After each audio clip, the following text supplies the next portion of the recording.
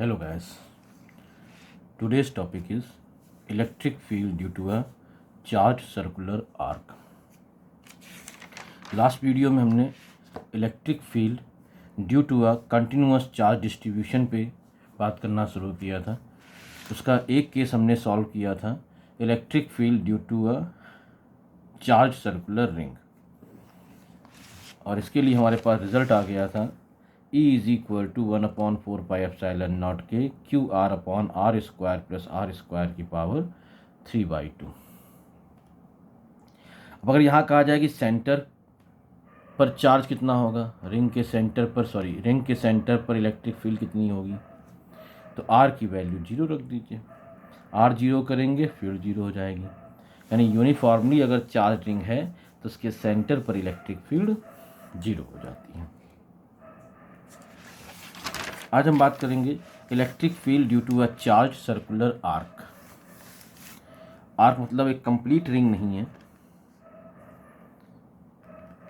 ये complete ring है, इसको बीच से तोड़ दीजिए तो ये हमारे पास एक इसकी आर्क लेंथ बच जाएगी। इसकी वजह से हम इस पर अगर चार्ज यूनिफॉर्मली डिस्ट्रीब्यूटेड है और इसकी लाइन चार्ज डेंसिटी लैम्डा है तो इसकी वजह से इसके सेंटर पर हमें फील्ड का कैलकुलेशन करना है। ये पार्ट नहीं है, इसको छोड़ दीजिए, केवल इतना पार्ट है। इस पार्ट पर मान लीजिए पॉजिटिव चार्ज यूनिफॉर्मली डिस्ट्रीब्यूट है, ठीक है, और इसकी लाइन चार्ज डेंसिटी लैम्डा है, यानी इसकी यूनिट लेंथ पर चार्ज डेंसिटी लैम्डा है, रेडियस इसकी r है, तो हम इसके सेंटर पर इलेक्ट्रिक फील्ड का कैलकुलेशन करेंगे।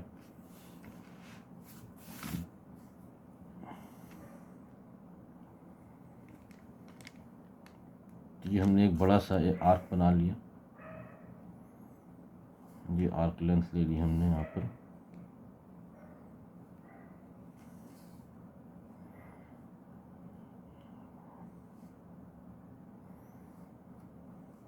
और ये यहाँ कहीं इसका सेंटर है,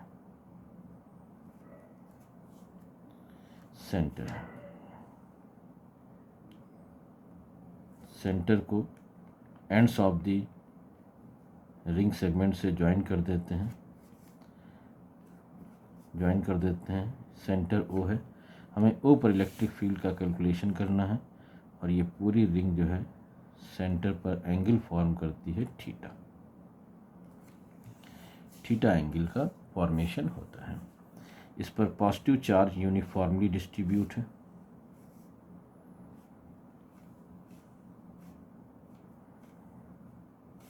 और इसकी लाइन चार्ज डेंसिटी लैम्डा है।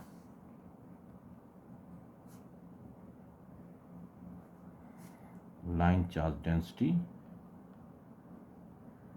लैम्डा गिवन है, मतलब इसकी यूनिट लेंथ पर चार्ज लैम्डा है।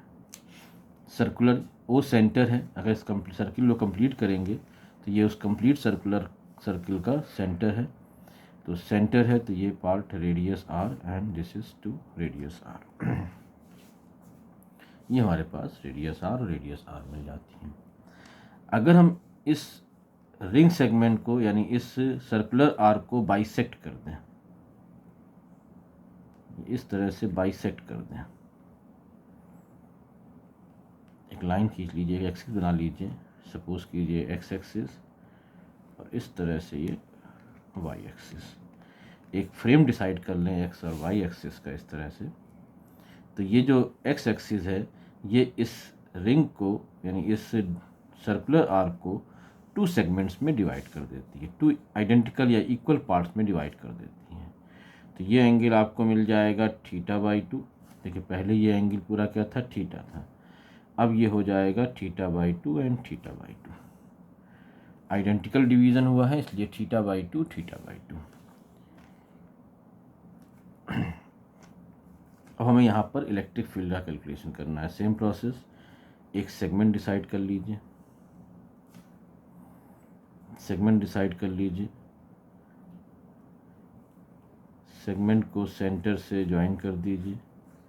इस सेगमेंट बिहेव करेगा, ये डिफरेंशियल सेगमेंट है, और differential segment as a point charge की तरह बिहेव करेगा रिंग के केस में, या लाइन चार्ज के केस में जो सेगमेंट होता है वो पॉइंट चार्ज की तरह बिहेव करता है। आप ये याद भी रख सकते हो। लाइन चार्ज के केस में जो हम डिफरेंशियल सेगमेंट बनाते हैं that behaves as a point charge, तो ये segment as a point charge काम करेगा। मान लेते हैं ये 5 डिग्री के एंगल पर सेगमेंट लिया है और डी फाई एंगल सबटेंड कर रहा है। सेगमेंट हमने 5 डिग्री के एंगल पर लिया है और डी 5 डिग्री का एंगल सबटेंड कर रहा है। ये जो रेफरेंस लाइन हमने यहाँ बनाई है, इस रेफरेंस लाइन के साथ में 5 डिग्री का एंगल फॉर्म करता है सेगमेंट, और सेगमेंट जो एंगल फॉर्म कर रहा है वो डी फाई है। तो इस सेगमेंट की लेंथ हो जाएगी R D phi. Angle is equal to arc upon radius, ये सर्कुलर आर्क है और ये सेगमेंट भी सर्कुलर आर्क का पार्ट है, चाहे कितना ही छोटा क्यों ना हो, सर्कुलर आर्क का पार्ट है। ठीक है, तो इसकी जो आर्क लेंथ हो जाएगी इस सेगमेंट की वो R into D phi, angle is equal to arc upon radius के कंसेप्ट से, तो ये हो जाएगा आर डी फाई। अब कह रहा है यूनिट लेंथ पे चार्ज लेमडा है, लाइन चार्ज डेंसिटी आपको लेमडा दी गई है, तो आर डी फाई लेंथ पर चार्ज कितना होगा, लेमडा आर डी फाई। तो आर डी फाई लेंथ पर चार्ज होगा लेमडा आर डी फाई। ये सेगमेंट आ गया और ये चार्ज हो गया D Q. D Q charge यहाँ पर आपको मिल जाता है। फिर सुनेंगे, हमारे पास ये पूरा सेगमेंट था, यहाँ भी डायग्राम समझ लेंगे। ये सेगमेंट जो है यहाँ पर थीटा डिग्री का एंगल सबटेंड कर रहा है, रेडियस आर है, रेडियस आर है। अब हमने क्या किया है, इस पूरे डिफरेंशियल इस रिंग सेगमेंट को यानी कि सर्कुलर आर्क को बाइसेक्ट किया गया है। जब इसको हम बाइसेक्ट करते हैं तो ये दो इक्वल पार्ट्स में डिवाइड हो जाती हैं, 2 इक्वल पार्ट्स में ये डिवाइड हो जाती हैं बाइसेक्ट करने पर। तो एक साइड का angle theta by 2, other side का एंगल थीटा बाई 2, वही लिखा है यहाँ पे theta by 2 and theta by 2। अब हमने क्या किया है, एक सेगमेंट डिसाइड किया, क्योंकि हम जो हमारे पास फार्मूला है वो पॉइंट चार्ज के लिए है, तो पॉइंट चार्ज के चूँकि पॉइंट चार्ज का फार्मूला हम यहाँ पे यूज़ करेंगे। बस ये ध्यान रखना है कि रिंग सेगमेंट जब भी होगा यानी लाइन चार्ज जब भी होगा तो उसके जब डिफरेंशियल सेगमेंट करेंगे तो लाइन चार्ज का डिफरेंशियल सेगमेंट हमेशा पॉइंट चार्ज की तरह बिहेव करता है। Differential segment of line charge behaves as a point charge. तो इस पर चार्ज कितना है, मान लिया डी क्यू, पूरे पे चार्ज पता नहीं हमको, इस पर हमने चार्ज मान लिया डी क्यू। अब इस डिफरेंशियल सेगमेंट पर अगर चार्ज डी क्यू है, इस डिफरेंशियल सेगमेंट पे चार्ज डी क्यू है, तो इस चार्ज डी क्यू की वैल्यू क्या होगी, तो हमारे पास लीनियर चार्ज डेंसिटी है, यानी कि चार्ज यूनिट लेंथ पर जो चार्ज डिस्ट्रीब्यूट है वो आपको बताया गया है लेमडा। तो यूनिट लेंथ पर चार्ज कितना है वो बताया गया है लेमडा।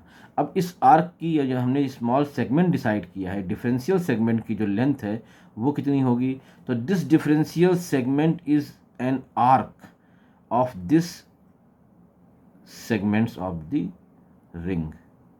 ये जो छोटा सेगमेंट बन रहा है ये इसके लिए आर्क लेंथ का काम करेगा, और हम जानते हैं angle is equal to arc upon radius, यानी arc is equal to angle into radius. तो इसकी आर्क लेंथ हो जाएगी रेडियस आर, ये सब रेडियस है क्योंकि ये सर्कुलर पार्ट है, ये सर्कुलर आर्क है, सब रेडियस, तो ये आर हो गया। Angle arc is equal to angle into radius, तो रेडियस आर हो गई, एंगल डी फाई सबटेंड कर रहा है, तो इस सेगमेंट की लेंथ हो जाएगी R D phi. Unit length पर चार्ज लेमडा है तो सेगमेंट यानी आर डी फाई लेंथ पर चार्ज हो जाएगा लेमडा आर डी फाई। ठीक, इसी को डी क्यू कहा गया है। अब this segment behaves as a point charge, so the electric field due to this segment is, ये बन जाएगी D. Electric field due to this segment is D. इस सेगमेंट की वजह से यहाँ पर इलेक्ट्रिक फील्ड फॉर्म होगी डी। ये एंगल अगर आपको थीटा दिया गया है तो ये एंगल भी फाई माना गया है, तो इसे भी आप फाई लेट कर लेंगे। ये एंगल फाई लेट किया गया है तो ये भी फाई होगा, वर्टेक्स अपोजिट एंगल है, डी फाई हो, डी ई आपको मिल गया इलेक्ट्रिक फील्ड। अब डी ई इलेक्ट्रिक फील्ड मिल रहा है ड्यू टू दिस सेगमेंट, तो डी ई की वैल्यू क्या होगी, तो डी आप लिखेंगे 1/4 पाई एप्साइलन नॉट, मीडियम अगर प्रेजेंट है तो के लिख दीजिए, अदरवाइज छोड़ दीजिए, D Q upon are square D Q. तो इस पॉइंट चार्ज की वजह से ओ पर जो इलेक्ट्रिक फील्ड बन रही है वो d is equal to 1/4 pi epsilon naught k d Q upon are square. अब डी क्यू की वैल्यू यहाँ से रख दीजिए, तो 1/4 pi epsilon naught k d q lambda r D phi upon are square, एक आर से आर कैंसिल कर दीजिए, तो डी ई मिल जाएगा 1/4 पाई एप्सिलॉन नॉट के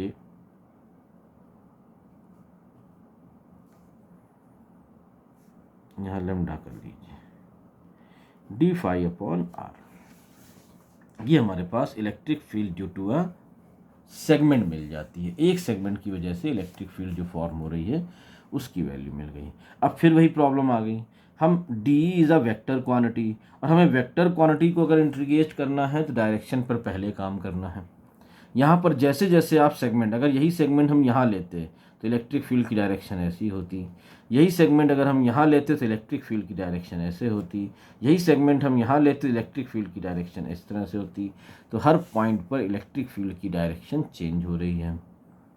अब इलेक्ट्रिक फील्ड की डायरेक्शन चेंज हो रही है तो ऐसा कुछ करना है कि पहले इलेक्ट्रिक फील्ड की डायरेक्शन की प्रॉब्लम सॉल्व हो जाए। तो इसके लिए दो तरीके होते हैं। एक तरीका ये होता है कि सिमेट्रिक जो हमने लाइन खींची, जो हमने रेफरेंस लाइन माना है, जिसे उस रेफरेंस लाइन के रिस्पेक्ट में जो हमारे पास चार्ज बॉडी है वो आइडेंटिकल है या नहीं है। अगर आइडेंटिटी मीट करती है, सिमेट्रिक है कि नहीं है, अगर दोनों साइड सिमेट्रिक कंडीशन दिख रही है आपको, तो आप वही तरीका इस्तेमाल करेंगे जो रिंग में इस्तेमाल किया था, मतलब 2 सेगमेंट्स लेकर 2 सेगमेंट्स के लिए इलेक्ट्रिक फील्ड का कैलकुलेशन करेंगे। ठीक है, और आइडेंटिटी नहीं मिल रही है तो दूसरा तरीका क्या होता है हम आगे समझाएंगे आपको। तो ऐसा ही एक सेगमेंट, बिल्कुल ऐसा ही एक सेगमेंट यहाँ पर डिसाइड कर लीजिए, ये इस तरह से, और इस सेगमेंट की वजह से जो इलेक्ट्रिक फील्ड बनेगी वो इस तरह बनेगी, डी, वही चीज़ फिर से, ये 5 डिग्री के एंगल पर है और डी 5 डिग्री का एंगल सब्सटेंड करती है।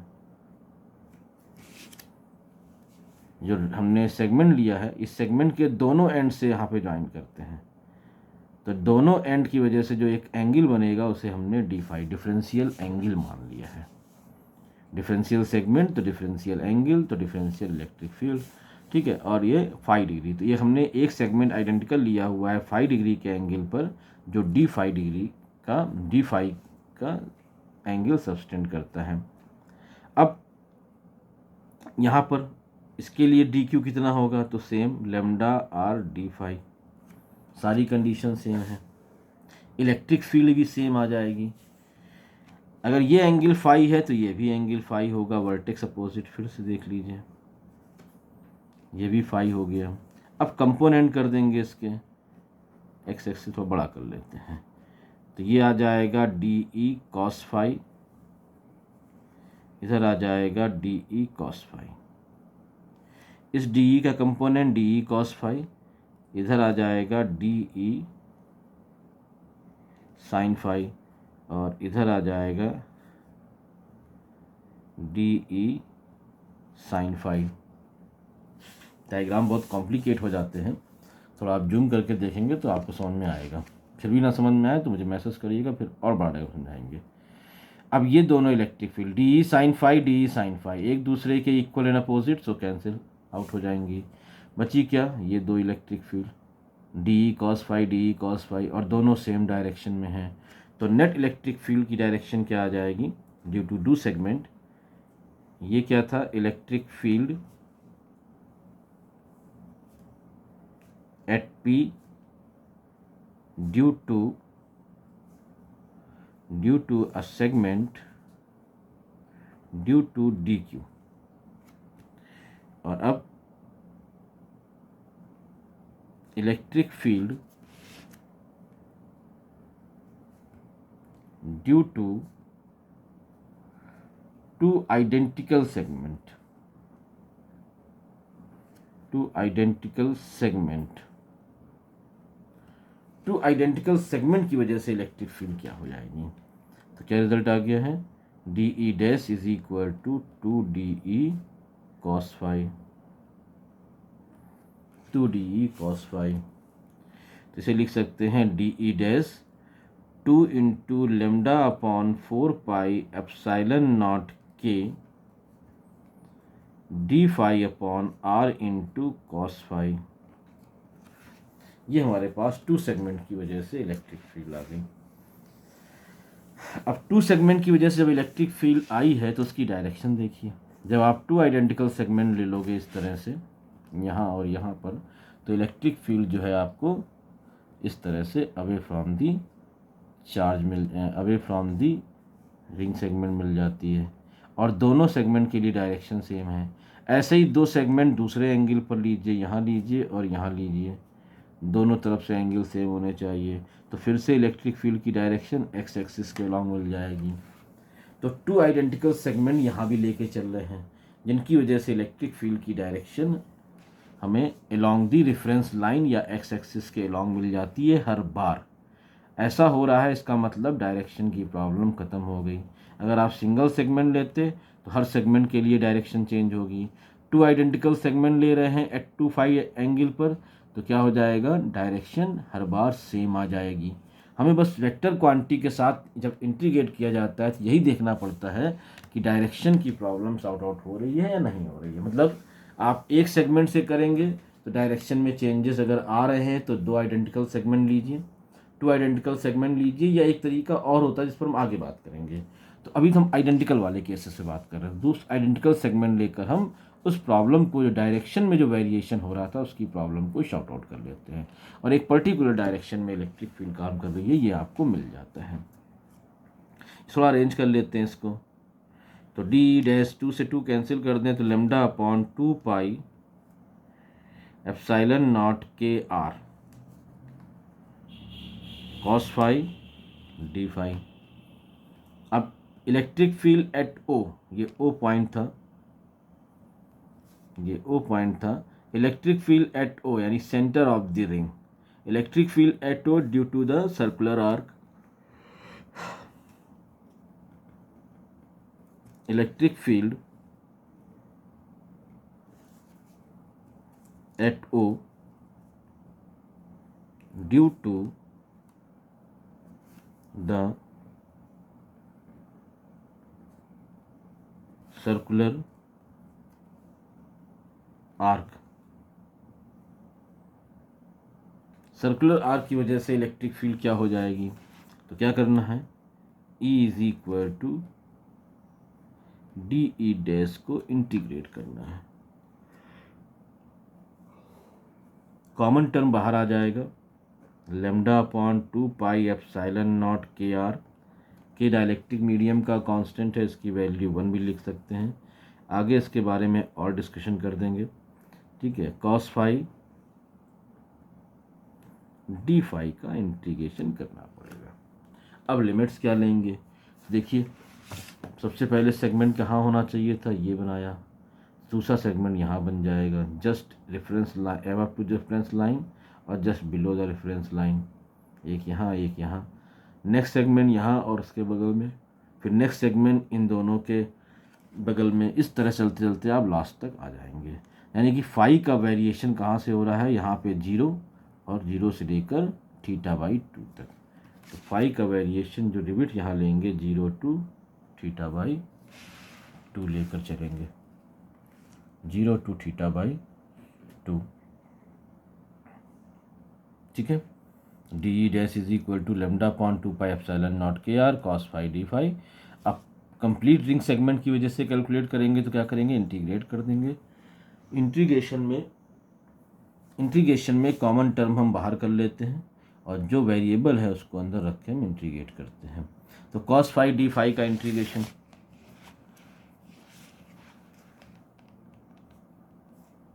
तो ये आ गया E is equal to lambda upon 2 pi epsilon naught के r cos phi d phi. Cos phi d phi का इंटीग्रेशन होता है साइन फाई, और लिमिट हो जाएगी 0 to θ/2। तो lambda upon 2 pi epsilon naught r sine phi, phi की value theta by 2 minus sine 0, और साइन 0 की वैल्यू होती है 0। तो ई की वैल्यू मिल जाएगी lambda upon 2 pi epsilon naught, के छूट गया, के आर साइन थीटा बाई 2। ये इलेक्ट्रिक फील्ड की वैल्यू आ जाएगी due to circular arc. E is equal to lambda upon 2 pi epsilon naught के आर साइन थीटा बाई 2। और डायरेक्शन क्या है, ठीक है, दो चीज़ें इलेक्ट्रिक फील्ड की बात जब भी की जाएंगी तो दो बातें आपको ध्यान रखनी, एक तो मैग्नीट्यूड क्या आया है और दूसरा डायरेक्शन क्या आ रही है। वेक्टर क्वांटिटी होने की वजह से हमें डायरेक्शन पर भी इक्वली कॉन्सेंट्रेट करना पड़ता है। देखिए एक बार फिर समझ लीजिए डायरेक्शन क्या आ रही है। तो ये हमारे पास रिंग सेगमेंट है, ये हमारे पास इसका सेंटर था ओ, रिंग सेगमेंट को सेंटर से ज्वाइन कर देते हैं तो ये एंगल हमको मिलता है पूरा थीटा, ये पॉजिटिव डायरेक्शन साइन है,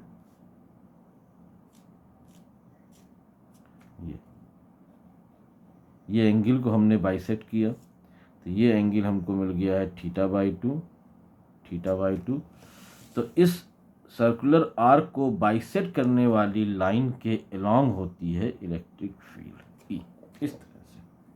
और इस इलेक्ट्रिक फील्ड का मैग्नीट्यूड है lambda upon 2 pi epsilon naught के आर साइन थीटा बाई 2। तो मैग्नीट्यूड भी ध्यान रखिए और डायरेक्शन का भी ध्यान रखते हैं। ये हमको डायरेक्शन और मैग्नीट्यूड दोनों मिल जाते हैं।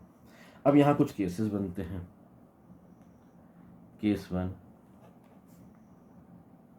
For semi circular ring, for semi circular ring, अगर सेमी सर्कुलर रिंग होगी तो थीटा की वैल्यू क्या लेंगे, सेमी सर्कुलर रिंग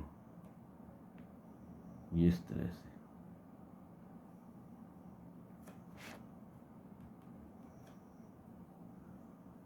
तो थीटा की वैल्यू ले लेंगे 180 डिग्री, 180 डिग्री,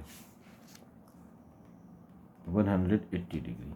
अब 180 डिग्री की वैल्यू अगर हम यहाँ पर सब्स्टिट्यूट करते हैं तो साइन 180 बाई 2 यानी कि साइन 90, और साइन 90 की वैल्यू क्या होती है 1। तो इलेक्ट्रिक फील्ड आ जाएगी E is equal to lambda upon 2 pi epsilon naught के आर, के की वैल्यू 1 कर देंगे तो lambda upon 2 pi epsilon naught r मिल जाएगी। ठीक है, अब दूसरा केस करते हैं, case 2, for complete ring,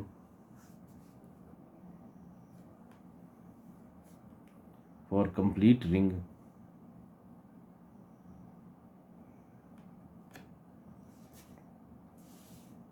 complete ring का जब केस सॉल्व करेंगे हम तो थीटा की वैल्यू ले लेंगे 360 डिग्री। एक कंप्लीट रिंग के लिए थीटा की वैल्यू 360, और 360 बाई 2 तो साइन थीटा बाई 2 यानी कि साइन 180, और साइन 180 की वैल्यू होती है 0। तो इलेक्ट्रिक फील्ड आ जाएगी 0, यानी सेंटर पर इलेक्ट्रिक फील्ड की वैल्यू होती है 0। और सेमी सर्कुलर रिंग के लिए E की वैल्यू होती है lambda upon 2 pi epsilon naught R. ये हमारे पास रिजल्ट्स आ जाते हैं। ये हमने आपको समझाया है इलेक्ट्रिक फील्ड। थोड़ा डायग्राम कॉम्प्लिकेट होता है, इंटीग्रेशन होता है, बहुत सारी बातें समझानी पड़ती हैं, तो जूम करके देखेंगे आपको साफ दिखाई पड़ेगा। इवन देन प्रॉब्लम है तो आप मुझसे कॉन्टेक्ट कर सकते हैं। आज की क्लास हम यहीं रखेंगे, नेक्स्ट क्लास में नए केस पर बात करेंगे इसी टॉपिक के अंतर्गत, electric field due to a continuous charge distribution. Thanks.